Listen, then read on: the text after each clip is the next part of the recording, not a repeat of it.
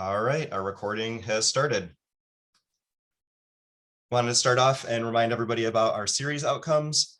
The big main outcome for the whole thing is to prepare our district and school leaders for a successful continuous improvement experience. And the way that we are accomplishing that through this series is we want to work collaboratively to actually apply the MICIP process. So we're not just going to be learning about the process, we will also be applying it. We will, of course, be doing some learning along the way as we go as well. One of the main things that we wanted to make sure that we do is to share the successes and challenges that we are having with the process and with the platform. And so we hope to have several ways to do that throughout our day today. And finally, the main outcome that we want to make sure happens for everybody is that we're able to bring this learning back to our district teams and be able to apply the things that we're learning. And specific to today, we are going to connect the data work from our last session to the next section in MICIP, which is really to get in and analyze the root cause. So we're going to continue the work that we did last time and continue to build on that. And by doing so, we're going to be participating in a couple of different methods to do root cause analysis that are in MICIP. And we also have several examples of other ways to do root cause analysis, and we'll talk about that. Finally, we want to, just like we ended our last session, we want to reflect on how to move the process forward with our districts. I'm just going to do introductions for the facilitators today. You can see all of us there. We can all wave to you, but I'm Dave Hunt. I'm the Continuous Improvement State and Federal Programs Consultant for the Muskegon Area ISD, and Hilda is here. She's the instructional coach for school improvement and currently assistant principal for one of their elementaries at Dearborn Public Schools. Nothing like wearing multiple hats.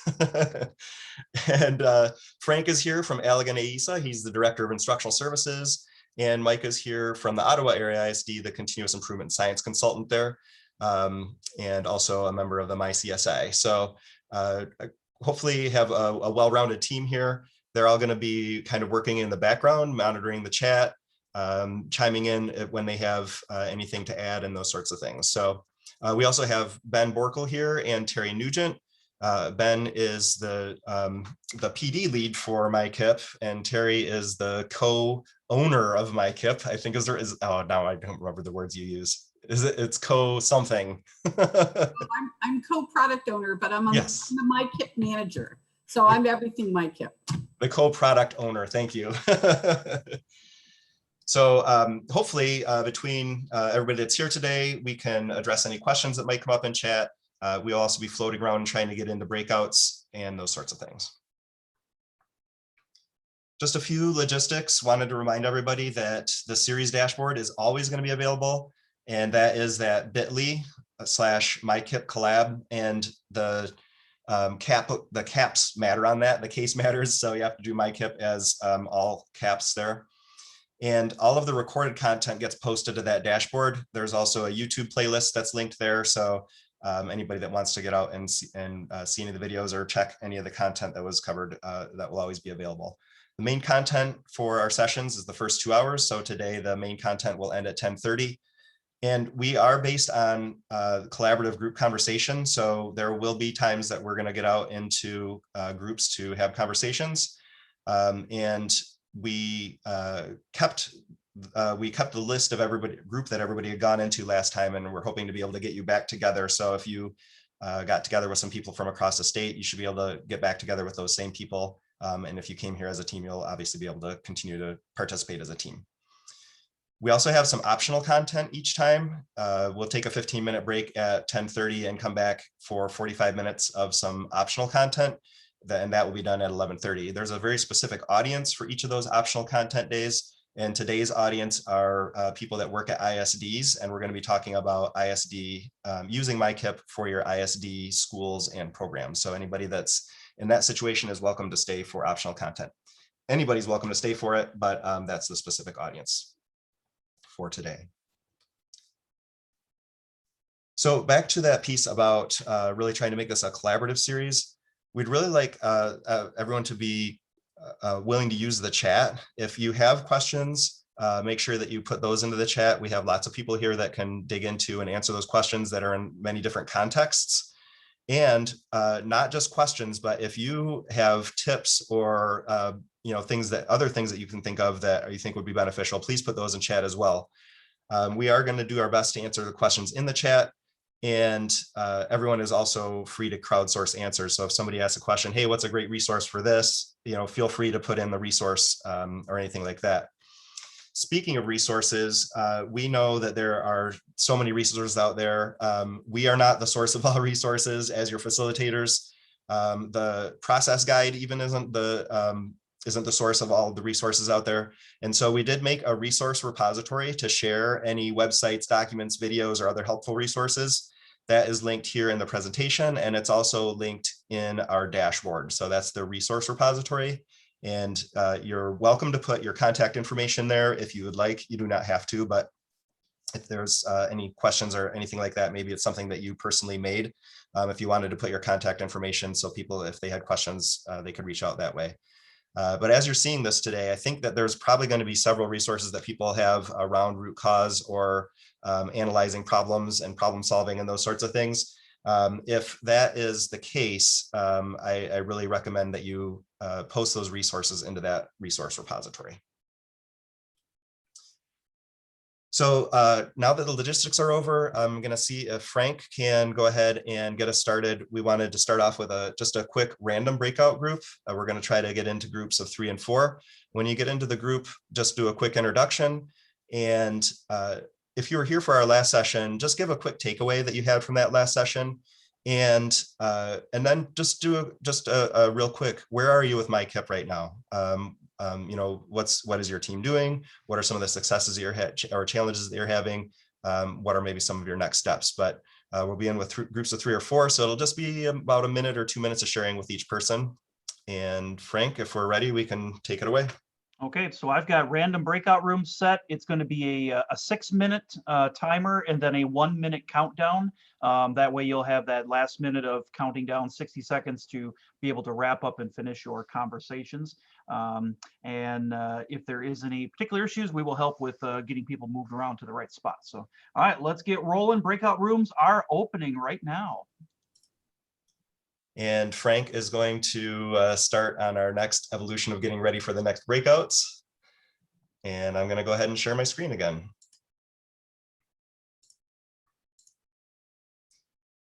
All right, thanks everybody for participating in that. It was really nice to get to know a couple of the other participants. I was able to get into one of the rooms, and so I hope that was beneficial to hear what's going on around the state. So it is time to work into our first outcome for the day, and that was to connect the work that we did last time to the work that we're going to be doing today. So last time there were some main points that we went over. We talked about continuous improvement, what that means. We talked about the more systems approach that we want to take as we're working through continuous improvement. And we talked about that move to really wanting to focus on whole child data. And so I'll talk a little bit more about those. We are also going to go in and for the first time in our series, we're going to actually go into MICIP today. And I want to show you what step we would be at as we're working through MICIP. And then finally, we're going to move into our main topic for the day, which is going to be around root cause. So these are just a couple of reminder slides from our last session. And this was just a little diagram that really tried to get at a few main points about MICIP and continuous improvement. One is you'll see off to the side that we really want this to be more of a nonlinear process. We don't want this to be the sort of thing where it's like, well, it's June again, so it's time to get in and update our improvement plans for next year. We're really trying to get away from that. I think that even changing the name from school improvement to continuous improvement was just one way to try to make us think that, this is not something that is just happens in a linear fashion. And so I tried to kind of represent that in this little diagram. We want to be paying continuous attention to our whole child, whole school, and whole community data. And you'll see that there's a back and forth arrow between that and our district-wide improvement plan. That means that as we're going through our plan and we're working through our plan, we're going to have access to new data that we're going to want to continue to analyze. And that kind of brings me to the second big change here, and that is that these are not school level plans. So we know when we worked in Assist, we made school level plans, and often those plans were then kind of given to somebody maybe in a central office role that made them into one large district plan. So in this way, we really want to flip that thinking and say, we want one district plan that has one set of district-wide goals and strategies that then all of our buildings really buy into and want to work toward accomplishing those goals. And so you might see, I just had some examples down here, you might see some individual school strategies and activities. You might see that maybe you have some elementary or secondary strategies and activities. You might have district-wide strategies and activities. But there's lots of ways that we can really assign and align those strategies and activities so that we're all working toward one set of district-wide goals. And as we will talk at our next session, that the consolidated application is much more integrated into this process. And so that's going to be our optional session at the next one, is really to see about how MICIP is integrated into Nexus. And so for that optional session is really for those folks that work on that part of this whole process. So lots of new things to think about here: that continuous attention to whole child data, the one district-wide improvement plan that all of our buildings really buy into and work to forward those goals, and the much more nonlinear process. We talked quite a bit about systems at our last meeting, and really thinking about, if we want to make ongoing and long-term change, we really need to think about our school as a system and how to improve those systems. We talked about some different systems frameworks that exist right now. Not that anybody must be working in one of those frameworks. There are many ways to accomplish systems thinking outside of those. These are just some of the more popular ones that are being used across the state right now. But really trying to think of the systems in our schools and think about systematic improvement and using that for our long-term growth. And of course, this piece on the whole child mindset. We know that the WISC model is something that has been adopted by the state, and that's the whole child, the whole school, and the whole community. And we're really looking for equity of opportunities, environments, and supports. And the main thing that we talked about last time was really the center piece of that, the healthy, safe, engaged, supported, and challenged. And thinking about what sorts of data might we pull to make sure that those things are in place for our kids, to make sure that our kids are healthy and safe, to make sure they're engaged, supported, and challenged. And we actually had our practice data set is set up around this center area of the WISC model. And we mentioned last time that that center part of the WISC model is really set up around Maslow's hierarchy of needs. And the last thing that we kind of talked about in this area, and we'll be kind of wrapping up this section with, is this readiness continuum. Many people are on many areas of this readiness continuum. And even in the group that I just met with, there were some people that are very new to the process, or maybe even new to a position where they had to work with continuous improvement. And then we have veterans that jumped right on board with continuous improvement as soon as the state mentioned that there was going to be a change. And they made many of those mindset and structural changes early. And they're not just ready to go, they've already been ready to go. They're just ready to apply it to the new process. So we are all somewhere on that continuum, and regardless of where we are, we're all ready to move forward with that process. I pulled a couple of things out of the Jamboards from last time, and that were kind of some of the key takeaways. And so I just wanted to mention these here. There's just one goal that's required this year. That was something that somebody put on the board. We do not have to have multiple goals. You're more than welcome to have more than one goal, but you do not need to have more than one goal this year. And I took this as a direct quote that I hope is helpful for some of the people that said yikes on our survey last time. And so this direct quote was, "This is a grace-filled process that we are all trying to accomplish together." I thought that was a really nice way to think about that this year as a learning year. And hopefully the feeling that we get is we're working through professional learning, such as the one we're involved in now. Another piece that came out of that is that we can do all of the collaborative work outside of MICIP.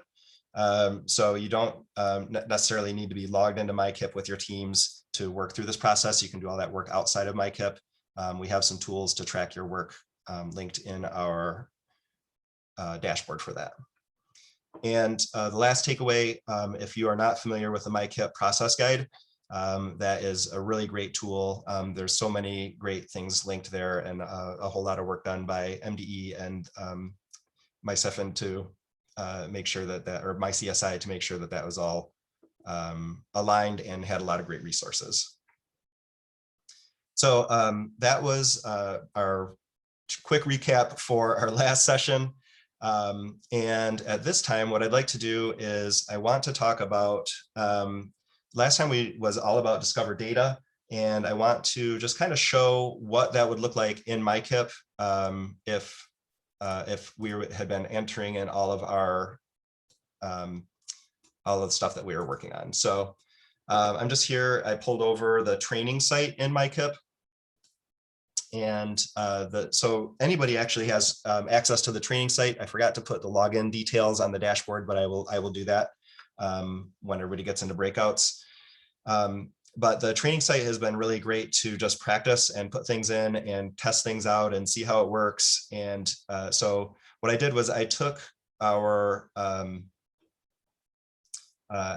practice data set and the work that we did last time, and I put it into MICIP. So what I did was, I will say that I just came into, this is what our MICIP would look like. And you can see that we have our MICIP collaborative series. This is something that's in progress right now. And our status is that we're just at the data story part of MICIP. And so I'm going to go ahead and click on that. And I went in and I uploaded all of our practice data set pieces. So you might remember from last time we had some MiFi stuff. So we have our MiFi ACEs are in here. The MiFi mental health questions are in here. The MiFi unsafe and very unsafe are in here. We also had a couple of pieces from the school climate survey. We had family data and we had student data. And we also had tiered fidelity inventory data. So I've taken all of that data and that we worked on last time, if you were in one of the practice groups, and I uploaded that all into MICIP. And if you ever wanted to view any of these, you would just click the view the data object, and it will actually pop up and it will show you the whatever that piece was. This will be it's very important to upload those data objects, as we will see later. You will actually use these when we get to assigning interim targets and end targets. So it's really important to have your data uploaded and in MICIP. We are going to add something a little bit later, but I'm not going to talk about that quite yet. So then what I did was I just looked through, if you recall last time we had some of our group members shared what it was that they did for their data stories. And so I came in and I just kind of copied over some of the main ideas out of that were discussed last time. So we did our initial data analysis, was where we summarized all of the data that was up above. We did an initiative inventory analysis where we say, here are the things that are going on. Are they working? What are the things that we like about the things that we have in place? We did a gap analysis where we identified gaps between our current reality and our desired state. And finally, we ended with a district data story summary. And so this is for our the practice data set that we were using. This was the story that kind of emerged.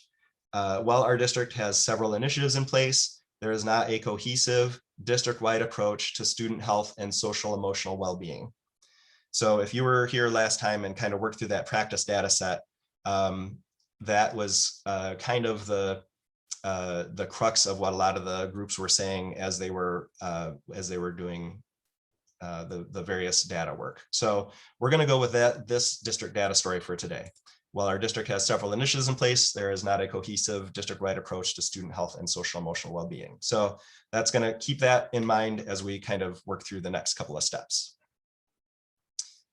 So I want to show you when I go to, we're moving into kind of what today is all about, but I want to show you what it looks in MICIP so you can kind of get a feel for what that is. If once you're done with your data story, then we click Analyze. And when we get here, it'll show us, here's our district data story. And now we're on root cause. And we have three options when we get into root cause. I really want everybody to just see what this looked like here. This will help to make a lot of sense of what we're about to move into. So under analyze root cause, we can do 5 whys, fishbone, or add your own. And the way that MICIP is set up right now is it lets you make one selection with this. But I wanted to show everybody that you can kind of get around that. And so we'll get into that a little bit. I just want everybody to see this screen and know that the way that things are set up right now, once you select something, if I select fishbone, then that's the only one it'll allow me to have. I could always delete it and go back and say, okay, now I want to do the 5 whys, but I'm going to kind of talk about a little bit of a workaround for that.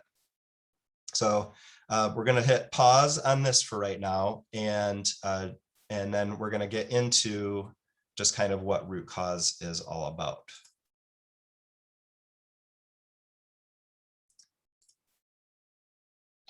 So we are on our second outcome for the day, which is all about this root cause analysis. So we're going to talk about what root cause is. We're going to talk about fishbone diagrams. We're going to talk about the 5 whys. And we're also going to talk about the add your own option. And like I just kind of mentioned, we are going to get into what does this whole add your own, or what does it mean to be able to use multiple tools? So what is root cause, and why is this an important step in the whole process? The way I like to think about it is really on this first piece. There are so many causal factors behind anything that's going on in the district. In this case, with our example district, that there's really not a lot of cohesive work around the student health and well-being, right? So there would be lots of reasons behind that. There's lots of causal factors. And then the second bullet is a quote right out of the process guide. The root cause then is the primary factor that contributes to a challenge or an opportunity for growth. It's the why. And so what we're trying to do is we're trying to get down to what the root cause is. You have all these different causal factors, but what's the root cause? What's the most important why behind anything that's going on? And I did put in a plug for one of my favorite improvement books. It's called Learning to Improve by Anthony Bright. And there's a quote out of that book. I'm not sure that he's the one that coined this, but I read it here first. And basically, when you are thinking about causal factors or root cause, he warns that whatever you come up with is possibly wrong and definitely incomplete. So it's something to I kind of always keep in mind, that this can be a little bit of a messy process. You might go through and determine a root cause, and then when you go back and look at your data, you might realize that there was a different root cause. You might be in a team where team members are disagreeing about what the root cause is. So this is not a clean process. It's messy, and it requires a lot of dialogue, and a lot of your team to be able to operate under those conditions of being possibly wrong and knowing that whatever you come up with is definitely incomplete. And I think that really does lean into this whole idea of the process being nonlinear. It's not like we get to this and say, this is the cause and it's forever the cause. New data might come along. We might have new learning or new data that comes along to help us understand that maybe it was actually something else was behind it. So I want to talk a little bit about the ladders of inference. And if you think about our process that we just talked about, the discover data process, it really hits these rungs on the ladder of inference. So we started with all of our available data, and we looked at some resources last time about, how can we inventory all of our data? How do we choose the right data then to think about our area of inquiry? And then when we paraphrased and named what's happening, that was when we were doing those other steps in the data, in our data stories. So really, we're hitting these first parts of the data story, or the first part of the ladder of inference when we're doing our data story. Then we get up to this part where it says explain and evaluate what's happening. So that is where that's what we're doing in our root cause analysis. And I put in there's lots and lots of ladders of inference out there. So you may even have more or better examples of this. So this one though really kind of gets at, it's kind of warns us to think about how can we stay a little bit lower on that ladder of inference. So you can see the higher up that you go on the ladder of inference, the farther away or that you get from realities and facts. So you start with realities and facts at the bottom, and then you get to selected reality, which is basically saying, you know, I see all these facts, but I'm going to just select these ones because these are the things that resonate with me, right? And then you make interpretations around those. You make assumptions about why those things exist. You come to conclusions about it, and a lot of those are based off of your beliefs. And finally, we act.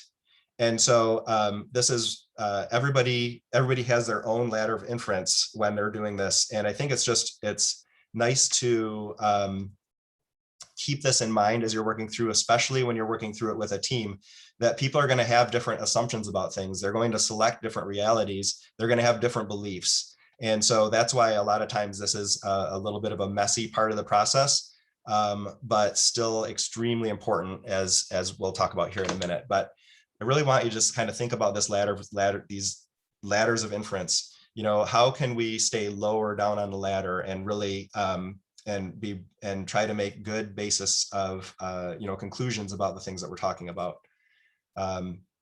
Eventually, of course, then we decide what we do and we take action, and that becomes more available data. So I think that these two things really apply to the situation we're talking about when we're trying to explain why something is happening. Last time we just described what was happening. That's the data story. When we're getting into the root cause analysis, we're trying to explain why that's happening. So why then is this whole piece about root cause? Why is this really important? So identifying the root cause of the area for improvement, if we're talking about improvement, then this helps to prevent solutionitis. And so solutionitis is something we are all, prone to. You want to jump right straight to a solution. And so I have an example here that came out. This is a real life example where a district that I was working with wasn't getting the results that they wanted. And so they thought, you know what, I think we just need a new benchmark assessment product. This isn't giving us the data that we need to be able to make the improvements that we need to do. And after digging through some root cause, they didn't really have a team that looked at the data together. They weren't working together to use the data that they already had.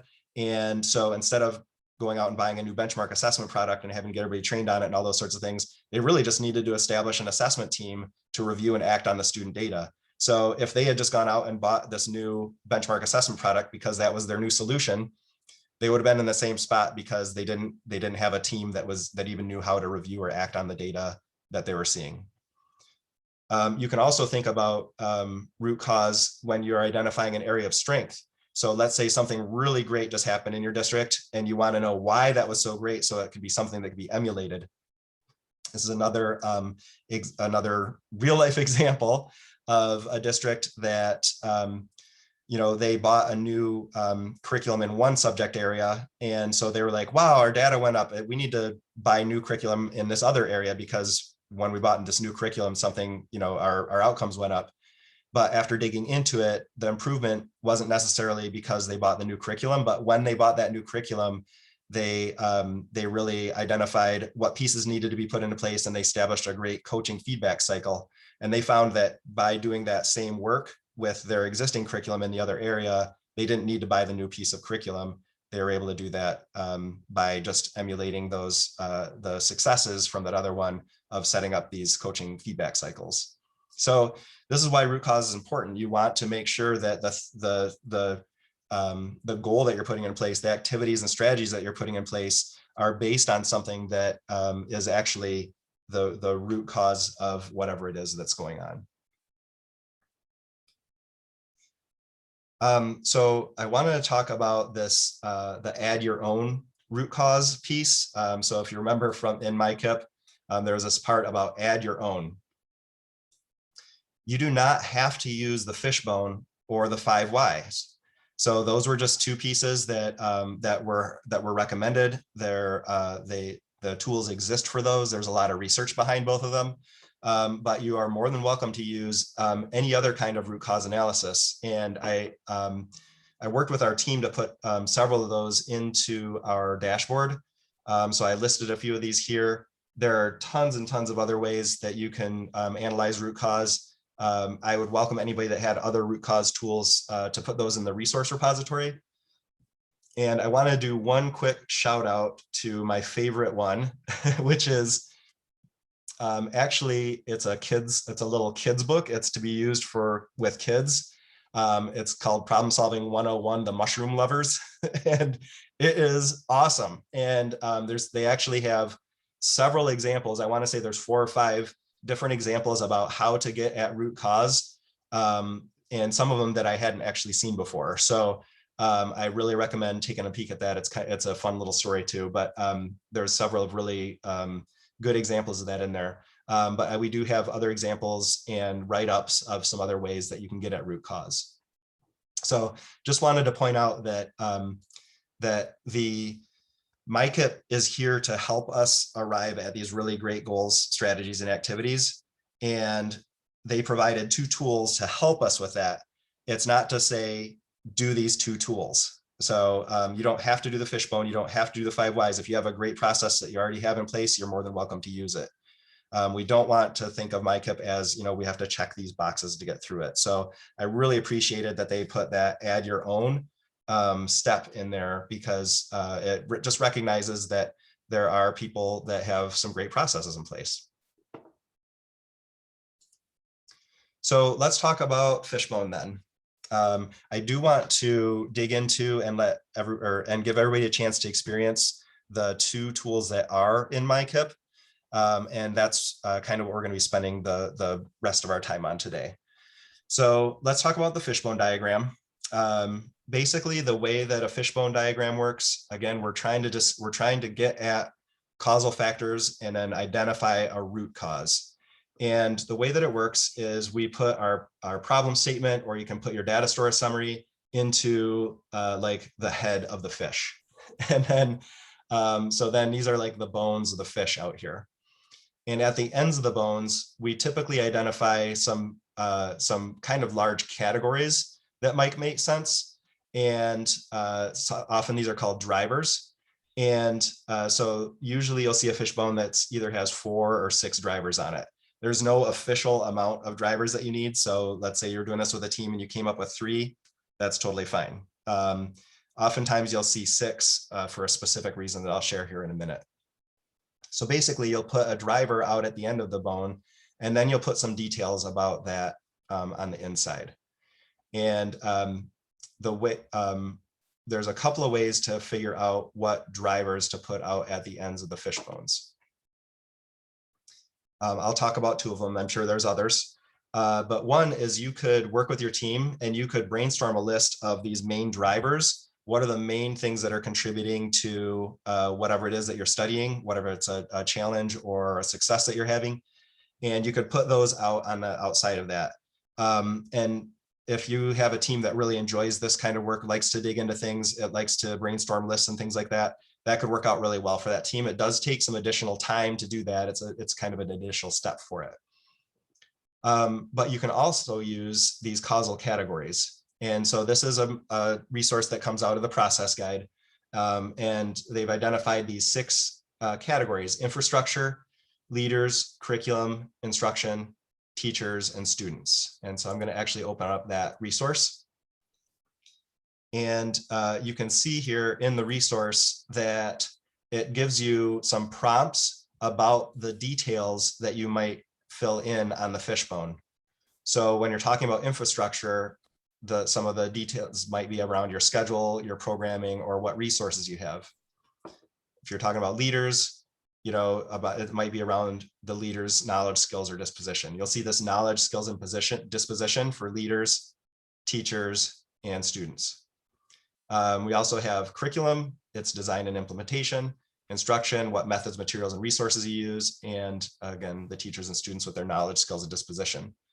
So what I will often see when someone is using a fishbone diagram is they will go ahead and they will put in their problem statement here, or they might put in their data story, and then they'll put on each of the ends of the fish bones, they put one of these causal categories: infrastructure, leaders, curriculum, instruction, teachers, and students.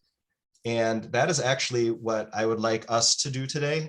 Instead of brainstorming and coming up with our own drivers, to just use these causal categories. I think that they're a really great place to start when working with a fishbone. They're a great place to start. You might come up with some other categories later. So that's what we're going to do today. We're going to use these causal categories. So we are going to get into breakout rooms here in just a minute, but I wanted to go over some directions. And so all of our directions are on the second page of our dashboard. So when you guys get into your breakout rooms, just look at the second page of the dashboard, and it will have our instructions there. So our instructions for this work time for the fishbone is if you're here with a district team, you are more than welcome to continue working on your own, working from your own data story summary from last time. If you're with one of our quote unquote non-attached groups, so you're here as an individual and you're just joining some of your other colleagues from across the state, then I would invite you to continue to use the practice data set for this. We are going to try to get everybody back if with your same group that you were with last time, if you were here last time. I'll talk about that here in just a second. So then one person in the group is going to make a copy of, I have two different versions of a fillable fishbone. So one of them is a PDF, and with this, you can actually fill it in. You can just click and actually fill it in, which is super handy. However, these boxes don't expand. So if you are putting something more than just 2 lines, then it becomes problematic. So, but if, just for brainstorming purposes, it's super quick and super easy. You can just put your data story summary here, or put your problem statement here, something along the lines of, that our, if we were using our practice data set, our district, didn't have a cohesive approach to student health and well-being, right? We would put that here. We would put infrastructure, teachers, curriculum, students, those different causal categories here, and then think about what are the factors then that contribute to not having a cohesive social emotional approach for our students. So you can use this PDF for that. We also have a Google Doc version. It's not perfect. Basically, what you need to do is whoever's kind of running this, you would double click on it, and then you're able to fill in the drivers and details and those sorts of things. And unfortunately, because of the way that it is set up, only one person can work on it at a time. So again, you'd have to share your screen. So there's kind of pluses and minuses to both of these approaches. I am hopeful that somebody has a really awesome fishbone diagram that is collaborative that they would put in the resource repository. So if you do, please put it there and we'll make sure to call it out. So basically, after we get going with that, you're just going to use your own experiences in your district, brainstorm details around each of those causal categories that might be having an impact, and kind of fill out the fishbone.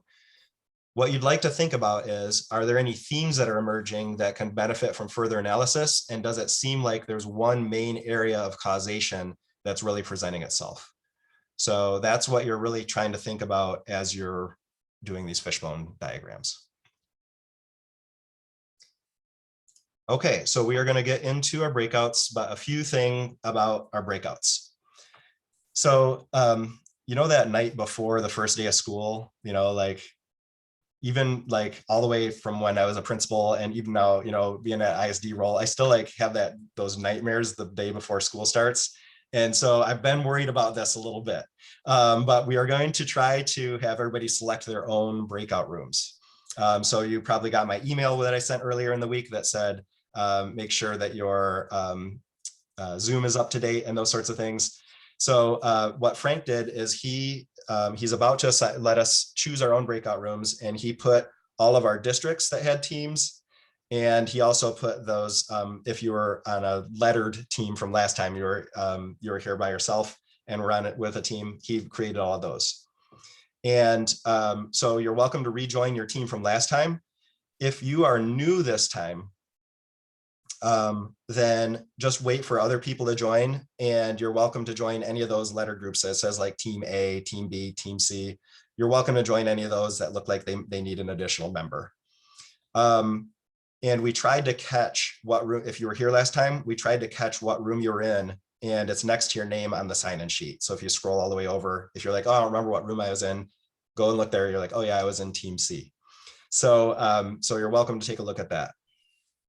So when Frank opens the rooms, depending on what your device is, it might pop up and show you all the rooms, or you might need to click down at the bottom of your screen. I'm going to stop my share when we do this. You might need to click down at the bottom of the screen and click the breakout room button. So this, when he opens this up, this breakout room button will show up on your screen. Last thing, you can't have everybody join the rooms all at once because you won't be able to click on anything because it'll keep moving the rooms. And so I am going to, it's going to be like when you're boarding the plane. If your last name starts with the letters A through F, you can join your room now. So we're going to try to do that. So if you could just give us a little grace on this, what we were hoping to do was make it so people could choose their own rooms and maybe make this a little bit of a better process than last time where we were trying to put everybody in their rooms on their own. Frank, anything to add? I was able to try to, in the limited time. All right, our recording's going again, and I'm going to go ahead and share my screen. Did I share the right screen? Am I showing a fishbone right now? All right, good. So I wanted to show a completed fishbone that was around this subject. And this team that completed this had brainstormed their own drivers that they kind of put around the outside of it. So they talked about a lack of communication with parents, the family engagement. They had a lot of different community supports, but they're kind of disjointed. They had concerns about how their staff engage with their students. There was a lack of professional learning. But here's one that I'm sure nobody's experiencing. They were having initiative overload. So then they just really kind of got in and they filled out the details. So I just wanted everybody to have an example of maybe what one of these looks like when it's completely filled out. This team didn't do those causal categories. They brainstormed their own. But just kind of wanted to show a little bit about what that could look like after you get that whole thing filled out. So what I want to talk about next is that this whole concept of this nonlinear piece, right? So we did our data analysis and we get to the point in MICIP where it's we would typically, we would choose one of the our either the 5 whys or the fishbone or the add our own. And so if I were to click fishbone at this point, and it just kind of explains what this is about. There's not a tool actually built in to complete the fishbone. It just explains what it is, and you would complete that outside of MICIP. And what you're able to do is you can summarize it, and then you can upload your fishbone. And if you were just going to do the fishbone, that would be fine. You could just say, hey, we completed the fishbone. We think that this is what the root cause was, and you can upload your fishbone, and then you can go on through the process. But what I'd like to do is I like to do this a little bit differently, or at least I want to show that you can do it differently. So if you, I already clicked fishbone, so I'm going to say change tool. And it'll always say, are you sure you want to change the tools? Because it's basically going to delete any work that you did on this one. I'm going to say yes. So I come back here and I'm able to do some other things. And so what I'm going to do instead is I'm going to take the fishbone and I'm going to just upload that back in this discover data step. So remember how we uploaded all of our different data pieces here? That fishbone is now a new piece of data, right? And it might have some things in there that we might want to consider and even go back and update some of our other items that we did. We're not going to go through that whole process today, but you can actually take that fishbone, and I'm going to say I want to add a new data source, and I'm going to upload this from my computer. And I'm going to say that this was our SEL Fishbone. You can put in a summary here, but really I think most of the typing usually happens down in the data source. So I'm just going to say that this is our SEL Fishbone. And this was just it's an other category, right? There's not going to be anything in here that says Fishbone. So I'm going to go ahead and add that to their data set. And that is now right here. SEL Fishbone is one of our data pieces. So I can click the view and you can see that I uploaded that SEL Fishbone. So this is now a data source for us. So so basically we can then use that. Come on, where are we? There we go. We can then use that to say, you know, did we learn something in here that we need to go back and think about some of these pieces? You know, while you're filling it out, you're like, oh my gosh, I forgot all these other things that we did with our community partners. We should add that back into our initial inventory analysis. You know, it could be an example. But I like taking that Fishbone and putting it back in as a new data source. And you can pick a piece out of that to do your 5 why analysis out of and to dig more deeply into it. And so, so basically then when you go to analyze, we already did the Fishbone. We uploaded that as a new data source and we considered that new data source. And now we could dig in and do a 5 whys, or we could do a force field analysis, or one of those other pieces that are shared in the resource document. So it allows you, it doesn't limit you to just one thing. You can do multiple things if you want to look at this multiple ways. Just do it outside of MICIP and then upload whatever you did as a new data source. So you're not limited to just doing one of them is kind of the main takeaway on that. So let's dig into that a little bit more. And so we're going to talk about the 5 whys and then we'll kind of get into how one group that I worked with used both of those. So, but let's get a little bit of experience with the 5 whys. I think people are probably much more familiar with the 5 whys than maybe they were with the Fishbone. And so we won't, we are going to get into groups to talk about 5 whys and to practice with it. But we won't spend as much time as maybe we did with the Fishbone. So with the 5 whys, up at the top, you basically start with your problem statement, or again, you could put your data story summary there. You could actually take one of the bones from the Fishbone diagram and plunk that in there. But you start with whatever your phenomena is at the top. And you ask why 5 times. And the 5 times is a general guideline. It's not what I would say like something you have to like slavishly adhere to.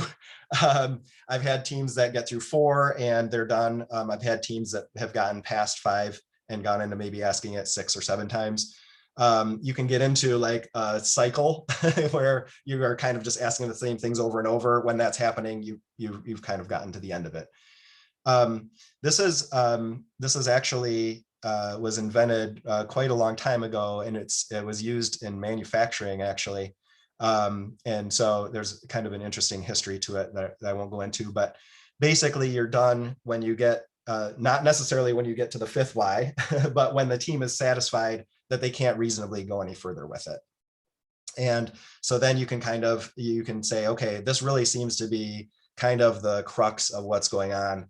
And so then the reason you're trying to get down to this root cause is because that is what you're going to want to make your goals around. That's what you're going to want to put strategies and activities around. Again, back to those examples earlier, right? We didn't need to buy a new curriculum. We just needed to replicate the great coaching activities that we had going on, right? And so that's why you want to really do these 5 whys or these fishbones to get down to that root cause. So a couple of suggestions about this. Really, the 5 whys are there to suss out those assumptions from the ladder of inference. So we're trying to expose our beliefs, or we're trying to expose our preconceived notions on this. That's why we're doing these 5 whys. That's why we're asking why, is we're trying to get past some of those pieces and get down to something that's really at the bottom of things. So really think about that ladder of inference and think about the sorts of things that are being exposed as you ask why as you're going through this. I like to talk to teams about trying to keep the statements in the realm of what can be controlled. So, you know, we might not be able to control that the parents didn't read to their kids before they got to kindergarten. So that probably wouldn't be something that I would put into the 5 whys, right? If you have a really large adaptive problem, I was actually just talking to a team while we were in breakouts. If you have a really large adaptive problem, starting with the 5 whys might not work because there's so many causal factors. It's hard to get down to what might be at the crux of it. And so that's where if you use it in conjunction with another tool, sort of like we did the Fishbone first, and then we were able to say, after you did the Fishbone, you know, this kept coming up, or this really seemed to be what the main problem was. Then you can transfer to the 5 whys and dig down more deeply on that one little area. And so that's why I think it works really well in conjunction with other tools if you have a real large adaptive problem. And the thing is, if this is making its way into your continuous improvement plan, it's a large adaptive problem, right? You're not going to be putting things in there that aren't. So if you're going to use the 5 whys, you probably need to use it in conjunction with something else, like the Fishbone, or like systems mapping, or some of the other pieces that are linked in the in our dashboard. So I'm just going to go over the instructions for this time. We're going to get into breakouts again. And we do have a 5 whys template. It's just a Google Doc. Definitely nothing fancy. There's tons of them out there. But there's a 5 whys template that you're welcome to use. One person can maybe download that or make a copy of it to their drive and share their screen. And then what I would suggest is that you take a theme or the main area from your Fishbone diagram. So we had kind of talked about that earlier. You know, if you'd gotten the chance to actually work on the Fishbone diagram, just pick one of those areas off of that requires some additional discussion, and then add that to the top box of the 5 whys template. And then using all of your own experiences in your district, just go ahead and complete the 5 whys, and you'll end up with a root cause statement at the bottom of that. And usually it takes around 5 questions, but sometimes it can take more and those sorts of things. So at this point, we are going to go ahead. It should be much easier to get back into our rooms. So I think at this point, when we open those up, you should either just pop right back into your room, or if not, then you're welcome to use that breakout feature again down at the bottom of your screen. Frank, anything to add before we head out? Nope, I think we're all set. I may pop into rooms 36, 37, 38, 39, 40, just because I want to get the renaming. It doesn't let me rename when you're in the room, but I want to make sure I have it written down so I can rename you when we come out of the room. And that way, next week, we'll have those rooms all set for you as well. So I think we're good. So we'll probably spend about maybe just 10 minutes here. And so you're welcome to experiment with the 5 whys, talk more about Fishbone, just have conversations around root cause in general. And thank you, Mike, for the stop the recording prompt. All right, welcome back, everybody. We were able to get around into some of the breakout rooms, and Hilda and Mike have a couple of things that they'd like to share. And I think Hilda had a question for the Terry and Ben group also. So go ahead, Hilda. Yes, so there was a question in the chat earlier about will we only be able to upload PDF documents into MICIP, or can we use another format? For now, there's only 2 formats you can use, PDF and actually JPEG. So if you take a picture of like a wall, you know, you've got some brainstorming going on, you can do that. The problem is like Excel spreadsheets. Excel is a finicky product, and it changes things as you open and close it from various products. Sorry about the lawnmower. And so right now, those are the 2, but we are going to be in future releases, see if we can expand that more. So that was a good question, whoever asked. Yeah, that was a good one. I didn't realize about the JPEG. That's a good one to know. All right. So in some of the breakout rooms I was able to join, we had a discussion about, okay, I'm at the building level. So we realize and understand from our first session that MICIP is a district level process with stakeholders and all the work that needs to be involved. But what is my role as a building administrator and my team there? Because we know that you're tagged in strategies and activities, and that'll be coming in our upcoming sessions. But could I use the root cause analysis and the developing of our data story at the building level?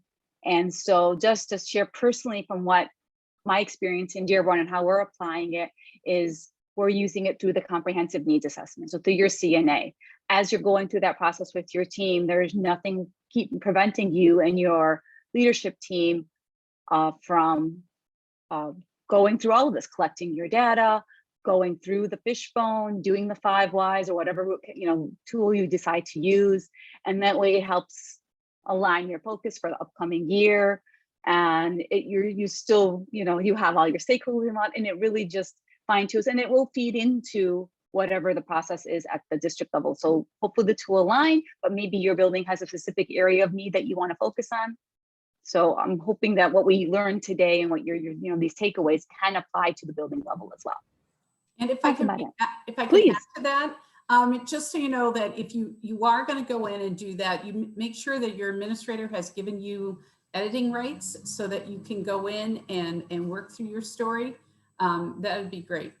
Yeah, we were not even having them. They have viewing rights at MICIP, but they're actually doing like a mini one, like maybe even just paper copy, but just something just to go through the process, because it's all about that, right? Yep. It's not really about inputting into MICIP as much as the work and the conversation and looking at that.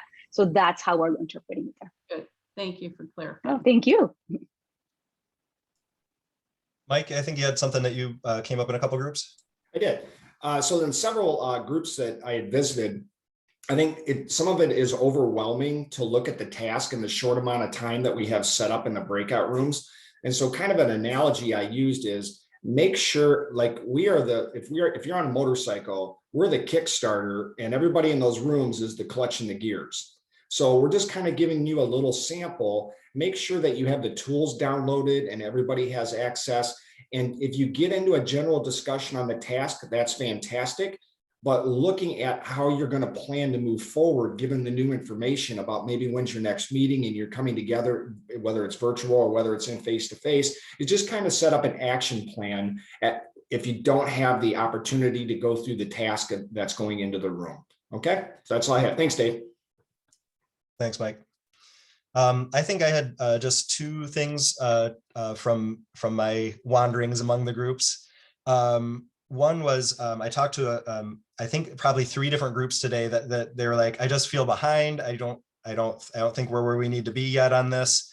And I just want to think back to that some of those first takeaways about this is our year to figure out the system, to get in and try it out, to start to think about how do we want to put our structures together so that we can make these district level decisions.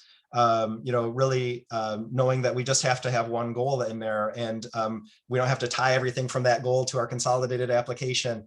So just try to keep in mind that this is new this year. It's being introduced in this pandemic year, and there was contractual reasons with other providers as to why we had to do that. And so, I mean, it's just I know that one quote that I put in there about we should have grace, and we should be thinking about how can we all learn about this and put it in place together. And so I know that MDE has tried to be good communicators about this, to say get in there and try it out and start thinking about how to put the structures in place and make those systemic changes to be able to be successful with it, and just learn together about it this year. So I hope that can be one of the main takeaways from our whole PD series. And then the other piece that I wanted to go back and point out, I shared this earlier, but we've talked about a whole bunch of stuff. So when thinking about the 5 whys, specifically, I see this come up quite a bit, that this is kind of about this bullet here, about keeping the statements in the realm of what we can control. So a lot of times with the 5 whys, sometimes things come into those that are outside of our sphere of influence. So, well, why weren't we able to do that? Well, the state didn't fund us to do it. Okay, well, we don't have control over that. So, we can't pull that piece in, or, like my example earlier, the parents didn't read to the kids before they got to kindergarten, so the kids didn't get to kindergarten ready to read. Those things are outside of our sphere of influence, or they're outside of the realm of what can be controlled. And when you're working on all of these, a lot of times it's just really good, especially when you get to this really narrowing portion of it, to really try to think of what's our sphere of influence, what is the realm of what we can control, and making sure that you're focusing on those things that we can control. So those would be just a couple of my observations coming out of that. And I think I saw in the chat that there was a couple of new resources were popped in there. So some videos about how to complete some of these pieces and things like that. So looking forward to looking at some of those. Yep. And Dave, I put those into the actual agenda today, and then also the other folks put them in the resource repository as well. Perfect. Thanks, Mike. All right. So I wanted to kind of tie together what I was talking about earlier. Earlier, one of the bones on the fishbone said that there was a lack of professional learning around student wellness and social emotional well-being. And so what this group did was they took that lack of professional learning and they plugged it into the 5 whys. And so they just started out, why do we have a lack of professional learning around how to support kids' social emotional needs? And they went through that that process, and they basically ended at that we need to educate staff to help them understand the connection between social emotional learning and academic success. And so this is just an example of how you can use those two things together. If you just ended at, if you did the fishbone only and ended at lack of professional learning, that's not enough detail for you to really be able to dig in and see what that was. And so using the fishbone to really put all the ideas on the table, and then using the 5 whys to narrow it down to something real specific that could be focused on, is really how you can use those two things in conjunction with each other. And then the way that looks in MICIP actually is we complete the fishbone diagram. We uploaded that as a data source that could even influence some of the information that we put here into our data story. And then when we go to analyze, then we can say, now I want to do the 5 whys, and we can analyze the root cause with the 5 whys. And so we did that outside of MICIP. And so when we came into MICIP, we just pasted it in, and you just come in and you put in your whys. And then when you're done, you finish the analysis, and then you're able to move on to the next step, which is what we are going to talk about next time. So with that, I am going to, let's see, I don't think there's anything left. Nope. So I wanted to talk a little bit about what's going to happen at our next session. Want to talk a little bit about what's going to happen at our optional session this after our break, for any of those that would like to stay. And I wanted to give everybody time to do some personal reflection, and also to give the team some feedback for our next session. So I would really appreciate if we could do all those things before we leave. And I have one other logistical task too that I'll ask here in a second.